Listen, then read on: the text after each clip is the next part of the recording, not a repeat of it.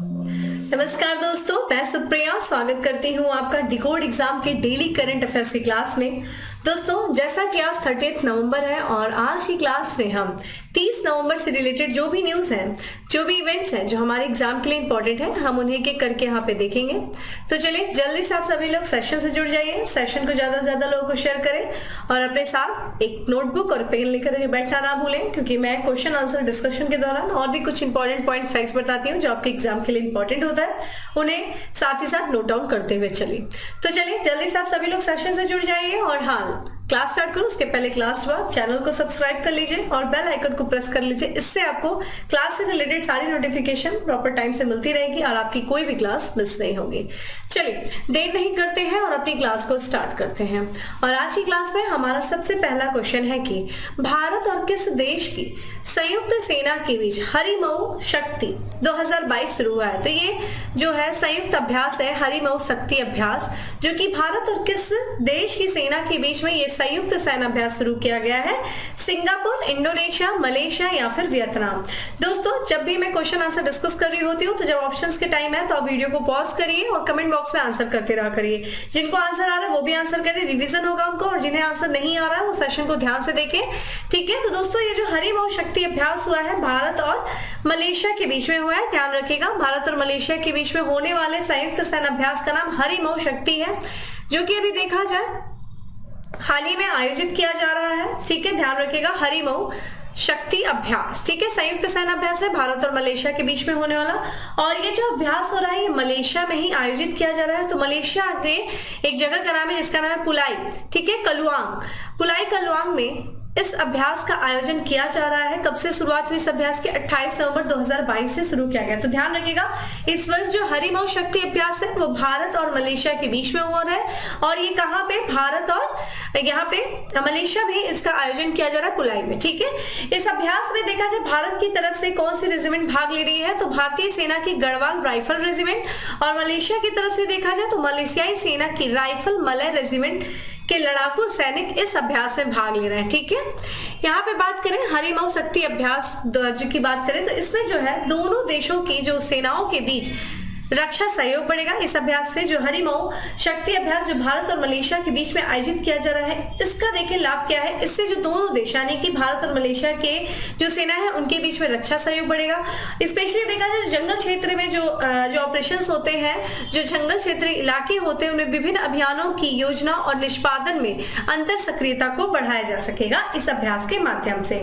दोस्तों, इस अभ्यास की जो शुरुआत की गई थी 2012 से इसे आयोजित किया जा रहा है और ये वार्षिक प्रशिक्षण कार्यक्रम है जो कि किसके भारतीय और मलेशियाई सेनाओं के बीच में आयोजित किया जाता है, ठीक है। तो आपसे क्वेश्चन पूछा जा सकता है कि हरिमऊ शक्ति अभ्यास जो है किन देशों के बीच में होता है, तो भारत और मलेशिया के बीच में होता है। इस वर्ष 2022 का जो आयोजन हुआ है वो मलेशिया में ही आयोजित हुआ है, जो कि एक स्थान का नाम है जिसका नाम है पुलाई कुलांग, ठीक है।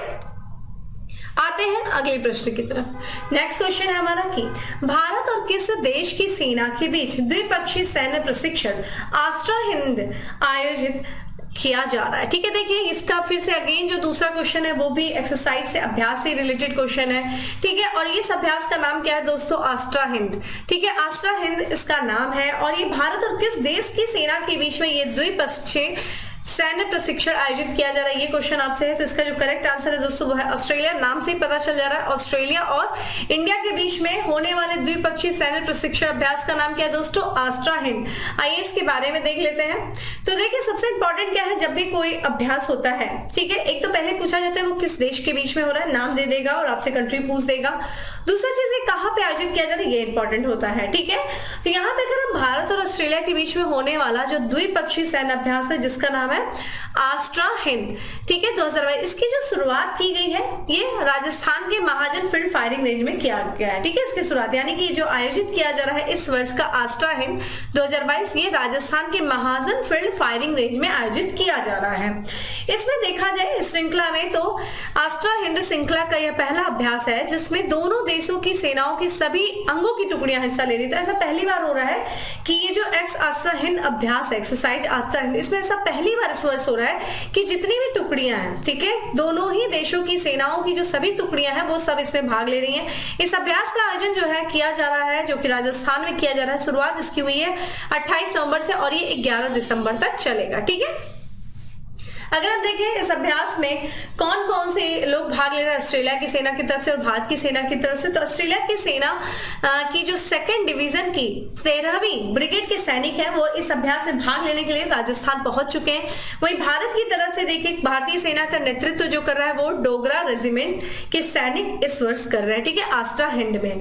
यहाँ पे देखा जाए ये जो अभ्यास है वो हिंद है, आस्था हिंद जो सैन्य अभ्यास है, ये प्रत्येक वर्ष भारत और ऑस्ट्रेलिया में बारी बारी से आयोजित किया जाएगा, ठीक है। तो इस वर्ष जो किया गया है आस्था हिंद का आयोजन वो 2022 का वो इंडिया में किया गया। इंडिया में दोस्तों कहां पे, राजस्थान में किया गया है, ध्यान रखिएगा। अगले वर्ष जब इसका आयोजन होगा तो ये ऑस्ट्रेलिया में आयोजित किया जाएगा, ठीक है। चलिए अगले प्रश्न की तरफ बढ़ते हैं। अगले प्रश्न से पहले हम आपसे ये क्वेश्चन पूछना चाहेंगे, चूंकि हम बात कर रहे हैं एक्सरसाइज के बारे में, तो आप मुझे बताएं कि कजाकिस्तान, ठीक है, और जापान के साथ भारत कौन कौन सी एक्सरसाइज जो है वो करता है। आप मुझे कुछ एक्सरसाइज के नाम बताइए, ठीक है।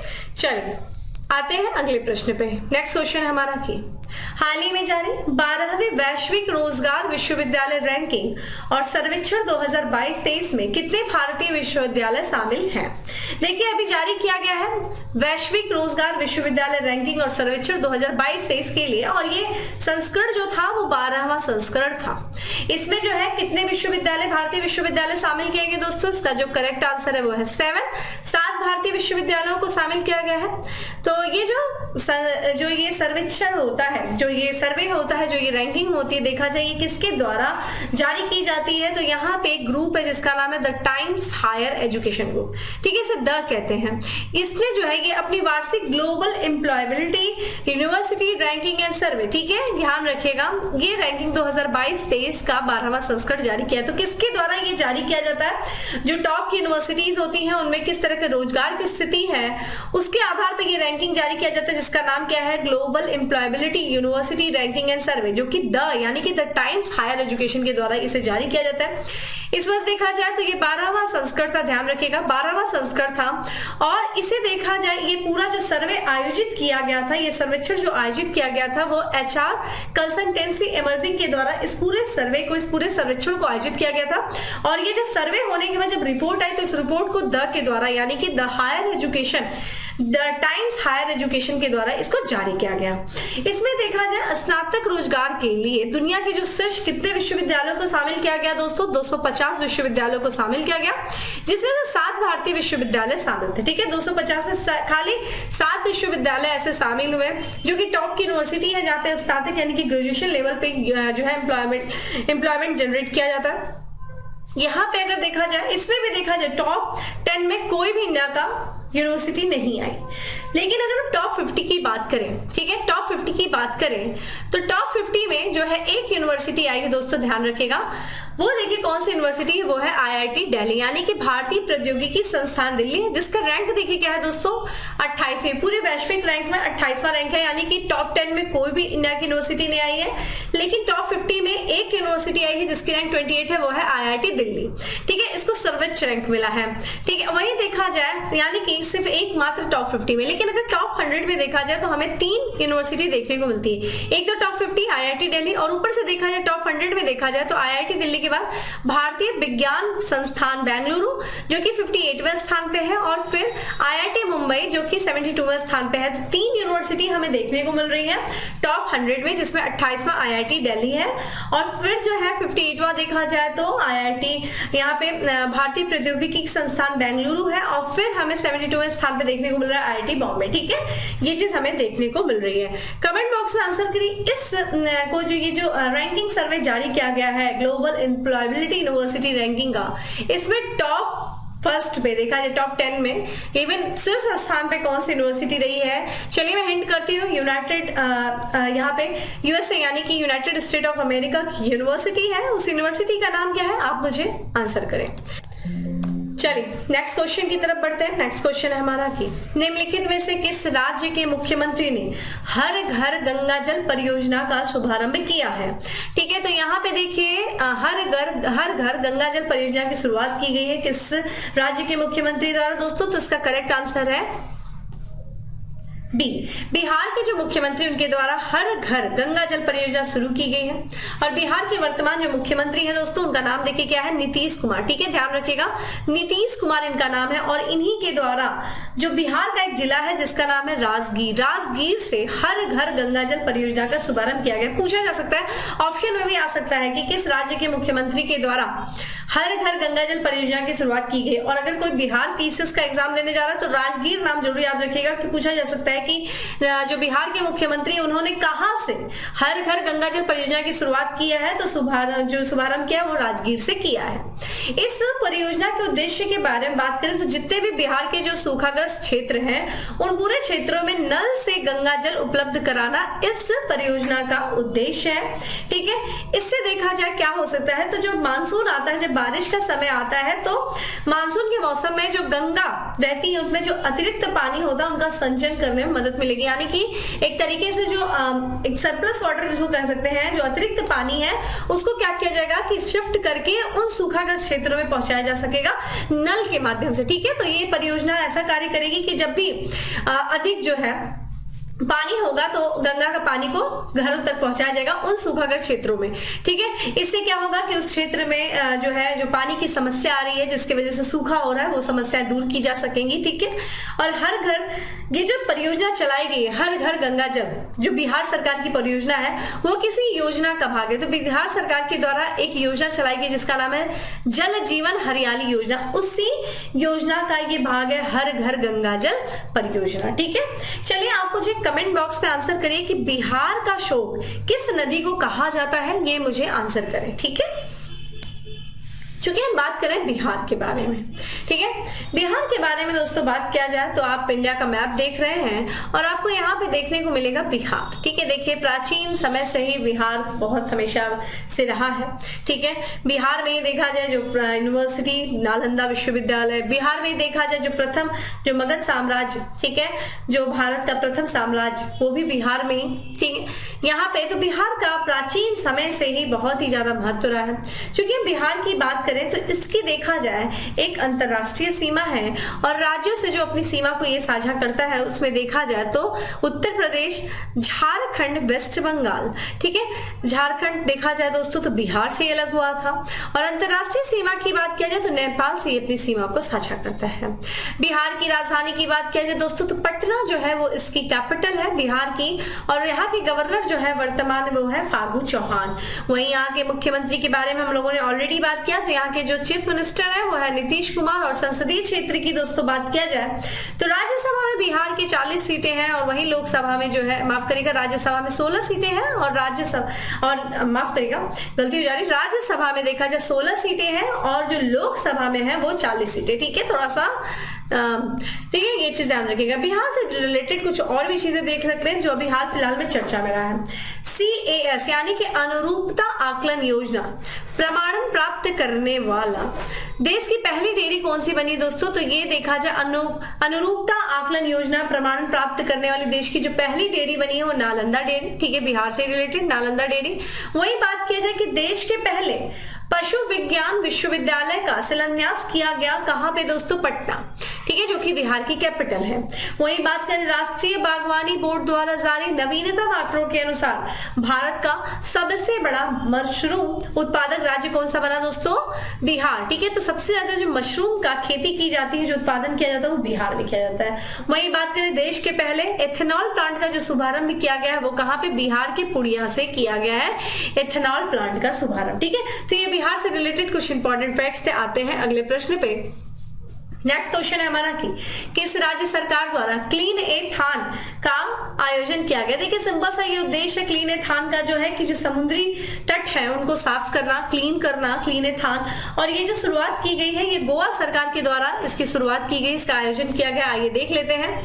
तो यहाँ पे जो है 28 नवंबर 2022 को गोवा की जो सरकार है उसके द्वारा मीरामार बीच, ठीक है, मीरामार बीच गोवा की बेहद खूबसूरत बीचों में से एक है मीरामार बीच, और वहां से ही क्लीन ए थान पहल की शुरुआत की गई है मीरामार बीच से। ध्यान रखिएगा, क्वेश्चन आपसे ये भी पूछा जा सकता है कि हाल फिलहाल में चर्चा में रहा मीरामार बीच किस राज्य से संबंधित है, तो ये गोवा से संबंधित है, जहां से गोवा की सरकार के द्वारा क्लीन ए थान पहल की शुरुआत की गई। इस पहल को देखा जाए तो गोवा सरकार, International Film Federation of India, Digvijay Foundation और भामला फाउंडेशन, इन सभी के संयुक्त प्रयास से इस पहल की शुरुआत की गई। इस पहल के शुभारंभ, जब इस पहल का उद्घाटन किया जा रहा था, तो उस समय देखा जाए तो इस पहल में कौन कौन शामिल हुए, तो गोवा के मुख्यमंत्री प्रमोद सावंत जो कि हैं, बॉलीवुड अभिनेता जैकी श्रॉफ और जो अभिनेता करण कुंद्रा, ये लोग शामिल हुए थे। उद्देश्य क्या है इस पहल का, क्लीन ए थान, तो गोवा के जो समुद्र तट है उनकी सफाई करना, ठीक है। और इसकी शुभारंभ कहां से किया गया, मीरामार बीच। चूंकि हम बात कर रहे हैं गोवा के बारे में, तो देख लीजिए ये दक्षिण भारत का एक छोटा, यानी कि अगर देखा जाए ये राज्यों में सबसे छोटा राज्य है भारत के राज्यों में गोवा। और अगर आप देखेंगे सुदूर दक्षिण की तरफ, चूंकि केरल है, केरल के ऊपर कर्नाटक, और यहाँ पे आपको गोवा दिखाई देगा। गोवा की जिसकी एक अपनी सामुद्रिक सीमा है और 2 राज्यों से अपनी सीमा को साझा करता है। 2 राज्य कौन से, एक दोस्तों महाराष्ट्र है, दूसरा देखा जाए कर्नाटक है, और यहाँ पे देखा जाए तो अरब सागर से अपनी सीमा को टच करता है। गोवा जिसकी कैपिटल दोस्तों क्या है, पणजी, ठीक है, पणजी इसकी कैपिटल है। यहाँ के जो वर्तमान राज्यपाल यानी कि गवर्नर है वो है PS श्रीधरन पिल्लई, यहाँ के गवर्नर है। और वहीं बात करें यहाँ के चीफ मिनिस्टर, वो है प्रमोद सावंत, ठीक है। गोवा से संबंधित कुछ और तथ्य भी देख लेते हैं कि अगर क्षेत्रफल की दृष्टि से देखा जाए पूरे भारत में जो राज्य हैं उनमें सबसे छोटा जो राज्य है वो है गोवा, ठीक है। किसके हिसाब से, क्षेत्रफल के हिसाब से। तो सबसे बड़ा राज्य कौन सा हो जाएगा दोस्तों, राजस्थान। तो अगर आपसे पूछा जाए कि क्षेत्रफल के दृष्टि से सबसे बड़ा राज्य राजस्थान, फिर मध्य प्रदेश, फिर महाराष्ट्र, और चौथे नंबर पे उत्तर प्रदेश आता है। लेकिन क्षेत्रफल के हिसाब से देखा जाए सबसे छोटा राज्य जो हो जाएगा वो गोवा हो जाएगा। लेकिन अगर जनसंख्या के आधार पर सबसे बड़ा राज्य पूछते दोस्तों तो कौन सा है, वो उत्तर प्रदेश है। तो जनसंख्या ध्यान रखिएगा, और कौन सा दोस्तों, क्षेत्रफल की। चलिए सबसे सर्वाधिक जो सबसे कम जनसंख्या वो किस राज्य में है, ये मुझे कमेंट बॉक्स में बताएं। देखिए गोवा जो था 1510 में देखा जाए पुर्तगालियों ने, देखा जाए 1510 में जो बीजापुर के शासक थे उनसे गोवा को खरीदा था 1510 में। तो सबसे पहले ये जो पुर्तगाली थे तो उन्होंने गोवा को उपनिवेश बनाया अपना, लेकिन सबसे पहले पुर्तगाली है, सबसे आखिरी में पुर्तगाली गए। ये जान नहीं रहे थे, भारत आजाद हो गया लेकिन पुर्तगाली बोले भाई गोवा तो हमारा, कहाँ पुर्तगाल कहाँ गोवा, लेकिन फिर भी वो कह रहे थे ये तो उनके देश का भाग है। भारत सरकार इनको समझाई, नहीं समझ में आया, ठीक है। भारत आजाद हो गया, 1947 संविधान भी लागू हो गया 1950, लेकिन इनको समझ में नहीं आया। भारत सरकार बोली ये तो बड़ा जिद्दी है, इसको तो भगाना ही पड़ेगा। तो भारत सरकार ने क्या किया, एक ऑपरेशन चला दिया जिसका नाम है ऑपरेशन विजय। कब चला है दोस्तों, 1961 में, 1961 में ऑपरेशन विजय चला करके गोवा सरकार ने इन जिद्दी पुर्तगालियों को खदेड़ दिया, वापस किया और इनको इनका रास्ता दिखाया इनके घर का, और बोला गोवा तुम्हारा नहीं है, गोवा तो भारत का है। और इस तरीके से पुर्तगालियों से आजाद कराया गोवा को 1961 में पुर्तगाली से। क्या उसे ऑपरेशन विजय। वही देखा जाए जब ये आजाद हुआ पुर्तगालियों से तो इसको एक केंद्र शासित प्रदेश बनाया गया। लेकिन 30 मई 1987, ठीक है, 30 मई 1987 को भारत का 25वां राज्य बनाया गया, किसे, गोवा। और देखा जाए 25वां राज्य के साथ ये बहुत ही समृद्ध है। अगर समृद्धि के मामले में देखा जाए तो केरल के बाद ये बहुत समृद्ध राज्य है। वही देखा जाए तो सबसे छोटा राज्य भी कौन है, गोवा है, क्षेत्रफल की दृष्टि से। आते हैं अगले प्रश्न पे। अगला प्रश्न है हमारा कि निम्न में से कौन सा देश एशिया पैसिफिक ब्रॉडकास्टिंग, देखिए यहाँ पे गलती है, टाइपिंग ब्रॉडकास्टिंग यूनियन महासभा 2022 की मेजबानी कर रहा है। तो ये करेक्ट आंसर दोस्तों कौन है, ये अपना प्यारा देश भारत जो है वो एशिया पैसिफिक ब्रॉडकास्टिंग यूनियन महासभा की मेजबानी कर रहा है। आइए इसके बारे में देख लेते हैं। तो ये जो ब्रॉडकास्टिंग हो रही है दोस्तों महासभा यूनियन, ये एशिया पैसिफिक ब्रॉडकास्टिंग यूनियन महासभा का जो आयोजन किया जा रहा है वो भारत में किया जा रहा है 25 से 30 नवंबर 2022 तक किया गया, यानी कि आज इसका लास्ट डे है। और ध्यान रखिएगा ये 59वीं, ठीक है, और ये देखा जाए 59वीं एशिया पैसिफिक ब्रॉडकास्टिंग यूनियन महासभा है, ठीक है। और इसका जो आयोजन किया जा रहा है वो प्रसार भारती के द्वारा किया जा रहा है। प्रसार भारती जो कि भारत का लोक सेवा प्रसारक है। और इसके साथ साथ देखा जाए जो प्रमुख इलेक्ट्रॉनिक मीडिया संगठनों और या फिर आकाशवाणी और दूरदर्शन, इन सब की कमान को कौन संभालता है, प्रसार भारती। और प्रसार भारती के ही द्वारा 59वीं एशिया पैसिफिक ब्रॉडकास्टिंग यूनियन महासभा 2022 की मेजबानी की जा रही, किसके द्वारा, प्रसार भारती के द्वारा, ठीक है। इस वर्ष अगर देखा जाए, इस जिसकी ये ब्रॉडकास्टिंग यूनियन महासभा की अगर थीम की बात करें तो ये लोगों की सेवा करना, संकट की घड़ी में मीडिया की भूमिका, ये इस वर्ष की थीम रही है। अगर हम बात करें एशिया पैसिफिक ब्रॉडकास्टिंग यूनियन की, तो ये जो एशिया क्षेत्र और प्रशांत क्षेत्र के जो प्रसारण संगठन है उनकी एक गैर लाभकारी प्रोफेशनल संगठन है। इस वर्ष देखा जाए तो 50 संगठनों का प्रतिनिधित्व करने वाले 40 देशों के लगभग 300 अंतरराष्ट्रीय प्रतिनिधि इस कार्यक्रम में भाग ले रहे हैं। और इस वर्ष जो एशिया पैसिफिक ब्रॉडकास्टिंग यूनियन का मुख्यालय की बात किया दोस्तों, तो ये देखिए मलेशिया की जो राजधानी कुआलालंपुर है वहां पे जो है इसका हेडक्वार्टर, इसका मुख्यालय है, ध्यान रखिएगा, ठीक है। अच्छा अभी बात है हाल फिलहाल में प्रसार भारती की नई प्रमुख बनाई गई, कौन है उनका नाम, आप मुझे कमेंट बॉक्स में आंसर करें। चलिए अगले प्रश्न पे चलते हैं।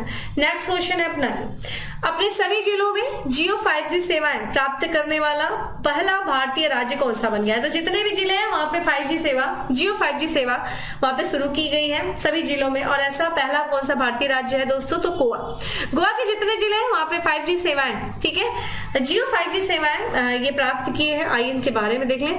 तो जियो, ठीक है, जो कि अंबानी की कंपनी जियो, इसे गुजरात के 33, ध्यान रखिएगा 33 जिलों के जो प्रत्येक मुख्यालय, जितने जो 33 जिलों में जो मुख्यालय है उन सभी मुख्यालयों में अपने 5G नेटवर्क की शुरुआत किया है, जिससे कि देखा जाए यह पूरा जिले या फिर पूरा जो राज्य है वो 5G सेवाओं का 100% कवरेज प्राप्त करने वाला भारत का पहला राज्य बन गया है, ठीक है, ध्यान रखिएगा। इसी के साथ साथ जियो ने यह भी घोषणा किया है कि गुजरात में देखा जाए जितने भी हेल्थ सेक्टर है, यानी कि हेल्थ केयर, जो भी एजुकेशन है, जो एग्रीकल्चर है, उद्योग है, और साथ ही साथ जो इंटरनेट ऑफ द थिंग्स क्षेत्र में ट्रू 5G संचालित पहलों की एक श्रृंखला का शुरुआत करेगा। और इससे क्या होगा, पूरी तरीके से देश में जो 5G नेटवर्क है, जियो 5G नेटवर्क, उसका विस्तारण किया जा सकेगा, ये शुरुआत किया है। तो ध्यान रखिएगा जियो 5G सेवा पूरे राज्य में, पूरे जिलों में लागू करने वाला कौन सा है, शुरू करने वाला गुजरात है, ठीक है। अगला क्वेश्चन है हमारा, निम्नलिखित में से कौन से देश ने चीन हिंद महासागर क्षेत्र विकास में सहयोग मंच की बैठक का आयोजन किया है। चीन हिंद, ठीक है, तो हिंद महासागर में अपने आधिपत्य या फिर अपने प्रभाव को बढ़ाने के लिए कौन सा देश प्रयास कर रहा है, चीन, ठीक है। तो चीन हिंद महासागर, ठीक है, क्षेत्र में विकास के सहयोग मंच की बैठक का आयोजन चीन ने किया है। आइए इसके बारे में देख लेते हैं। तो ये जो बैठक दोस्तों की गई है, चीन ने की है, जिसका आयोजन 21 नवंबर को किया है। चीन हिंद महासागर क्षेत्र विकास सहयोग मंच की बैठक का आयोजन किसने किया दोस्तों, हिंद महासागर ने। इस बैठक में देखा जाए भारत ने भाग नहीं लिया, और भारत को छोड़ करके 19 देशों ने, जो कि जो आपके हिंद महासागर से लगने वाले जो देश हैं, उन्हें मालदीव ने भी जाने से इनकार कर दिया, श्रीलंका ने भाग लिया, पाकिस्तान ने भाग लिया और नेपाल, इन सब देशों ने जो है इस हिंद महासागर क्षेत्रीय विकास सहयोग मंच में भाग लिया। भारत ने इसमें भाग नहीं लिया। ये जो बैठक हुई है, चीन का क्षेत्र है, प्रांत है, जिसका नाम है यूनान प्रांत के कुनमिंग में इसकी बैठक की गई। चीन के द्वारा इस बैठक को आयोजित किया गया, और किस विषय पे की गई, तो साझा विकास, अर्थव्यवस्था के परिप्रेक्ष्य में सिद्धांत और अभ्यास, इस विषय के तहत जो है इस बैठक का आयोजन किया गया। चीन देखा जाए तो क्या इस दौरान जो है 19 देश जो थे इस बैठक में जो भाग लिए थे, उनके सामने एक प्रस्ताव देखिए क्या रखा, तो हिंद महासागर क्षेत्र में चीन और देशों के बीच में एक समुद्री आपदा रोकथाम और समन्वय सहयोग तंत्र स्थापित करने का प्रस्ताव चीन के द्वारा रखा गया, ठीक है। तो जो भी समुद्री आपदा रोकथाम, अगर कोई समुद्री समस्या आ जाए, कोई चुनौती आ जाए, तो उसका मिल करके ये सभी देश जो है उसको रोकथाम करें, समन्वय सहयोग तंत्र स्थापित करेंगे, चीन के द्वारा एक प्रयास। तो एक तरीके से देखा जाए ये चीन का लगातार प्रयास है हिंद महासागर में अपने प्रभाव को बढ़ाने के लिए, लगातार जो है हिंद महासागर में अपनी उपस्थिति दर्ज करना चाहता है। तो एक तरीके से ये काफी इंपॉर्टेंट हो जाता है, और ये भारत के लिए काफी चुनौतीपूर्ण है। इंटरनेशनल रिलेशन, खासकर जो लोग यूपीएससी प्रिपरेशन करेंगे इस पे विचार करेंगे, ये क्या भारत का अगला कदम हो सकता है, या ऐसी चीजों में भारत क्या प्रयास करेगा, ऐसी चुनौतियों से निपटने के लिए भारत का अगला कदम क्या हो सकता है, या क्या करना चाहिए, ठीक है, कि हिंद महासागर क्षेत्र में जो चीन का प्रभाव लगातार बढ़ा उसको कम किया जा सके, किस तरीके से ये जो हिंद महासागर से लगे हुए देश हैं वो भारत के पक्ष में है। इन सारी चीजों पे जो है इंटरनेशनल रिलेशन में पढ़ाया जाता है। यूपीएससी के बच्चे इस चीज पे ज्यादा विचार कर रहे होंगे। अगला प्रश्न है हमारा कि भारत सरकार विद्युत मंत्रालय शक्ति नीति के तहत कितने मेगावाट की बिजली खरीदने की योजना बना रहा है। तो जो भारत सरकार का विद्युत मंत्रालय है वो एक नीति है जिसका नाम है शक्ति नीति। इस नीति के तहत कितने कितने मेगावाट बिजली खरीदने की योजना बना रहा है दोस्तों? तो ध्यान रखिएगा कि 4,500 मेगावाट। ठीक है, तो अगले 5 सालों में 4,500 मेगावाट बिजली खरीदने की योजना बनाया जा रहा है। ठीक है, तो यहाँ पे जो बिजली मंत्रालय है वो अगले 5 वर्षों में, ध्यान रखिएगा, किस नीति के तहत? शक्ति नीति। ठीक है, शक्ति नीति के तहत 4,500 मेगावाट की कुल बिजली खरीद के एक योजना बना रहा है।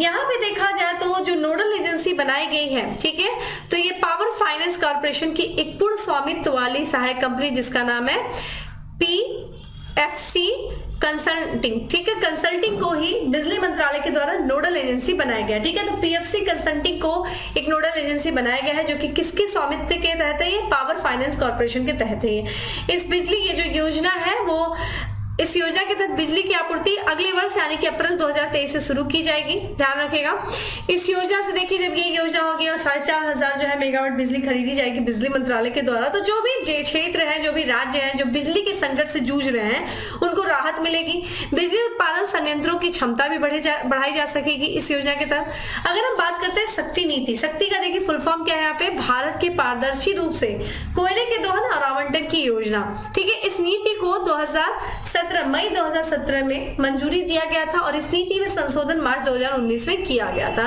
तो शक्ति नीति ध्यान रखिएगा ये बिजली से संबंधित है और ये ध्यान रखिएगा शक्ति का फुल फॉर्म भारत में पारदर्शी रूप से कोयले के दोहन और आवंटन की योजना।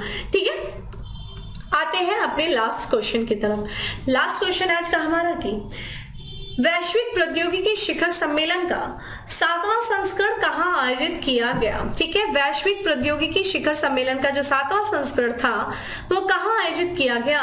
मुंबई, बेंगलुरु, नई दिल्ली या फिर चेन्नई? दोस्तों इसका जो करेक्ट आंसर है वो है सी, नई दिल्ली में आयोजित किया गया। आइए इसके बारे में देख लेते हैं। तो ये 7वां संस्करण था, ध्यान रखिएगा, किसका? वैश्विक प्रौद्योगिकी शिखर सम्मेलन का, जिसका आयोजन 29 नवंबर यानी कि कल किया गया। कहा? नई दिल्ली में किया गया। इस सम्मेलन की देखा जाए जो सह मेजबानी की गई है वो भारत के विदेश मंत्रालय और कार्नेगी इंडिया के द्वारा इसकी सह मेजबानी की गई। चूंकि विदेश मंत्रालय इसमें इन्वॉल्व था तो इस सम्मेलन में ध्यान रखिएगा जो हमारे विदेश मंत्री हैं एस जयशंकर वो भी इस सम्मेलन में उपस्थित थे, वैश्विक प्रौद्योगिकी शिखर सम्मेलन में। इस वर्ष इस सम्मेलन की जो विषय दोस्तों थी वो प्रौद्योगिकी की भू राजनीति, वो इस वर्ष का थीम था। अगर हम भू प्रौद्योगिकी विषय के विशेष रूप से देखा जाए, जो भू प्रौद्योगिकी क्या होता है, तो जो भी इससे जो पृथ्वी के खनिज संसाधन होते हैं, कौन कौन से खनिज संसाधन? जो तेल होता है, जो धातुएं होती हैं, धातुओं के लिए पृथ्वी, चट्टानों, मिट्टियों से संबंधित गतिविधियों में वैज्ञानिक अध्ययन और विधियों का उपयोग करना, यही भू प्रौद्योगिकी है। ठीक है, तो ये था आज का हमारा 10 MCQ। अब आते हैं फैक्ट्स ऑफ द डे पे। फैक्ट्स ऑफ द डे में दोस्तों सबसे पहला फैक्ट है कि 27 नवंबर को राष्ट्रीय कैडेट कोड एनसीसी ने अपना स्थापना दिवस मनाया। कौन सा? 74वां स्थापना दिवस मनाया 27 नवंबर को। ध्यान रखिएगा ये जो स्थापना दिवस मनाया जाता है एनसीसी के द्वारा वो प्रत्येक नवंबर के चौथे रविवार को मनाया जाता है और इस वर्ष 2022 में जो है नवंबर में चौथा रविवार किस डेट को पड़ा था? 27 नवंबर को। 27 नवंबर को एनसीसी ने अपना 74वां स्थापना दिवस मनाया। हाल ही में ऑस्ट्रेलिया को हरा करके पहला डेविस कप जीता किस कंट्री ने? कनाडा ने जीता। ठीक है, कनाडा ने जीता डेविस कप। कमेंट बॉक्स में आंसर करें कि डेविस कप जो है वो किस खेल से संबंधित है। नेक्स्ट क्वेश्चन है हमारा कि राजस्थान के जयपुर शहर में खेली गई USIC international railway sport association table tennis championship में भारतीय खिलाड़ी ने कितने पदक जीते? 14 पदक जीते, जिसमें से 6 गोल्ड जीता, फिर 4 सिल्वर और फिर ब्रॉन्ज। ठीक है, टोटल जो है 14 मेडल जीते गए। ठीक है, भारत के द्वारा। पंचायती राज मंत्रालय के ई पंचायत मिशन मोड प्रोजेक्ट यानी ई ग्राम स्वराज और ऑडिट ऑनलाइन ने डिजिटल परिवर्तन के लिए सरकारी प्रक्रिया री इंजीनियरिंग में उत्कृष्टता श्रेणी के तहत पुरस्कार जीता है। कौन सा दोस्तों? स्वर्ण पुरस्कार। ठीक है, ये श्रीलंका में आयोजित किया गया था 21वां वार्षिक मद्रास कोलंबो रोइंगा रेगेटा।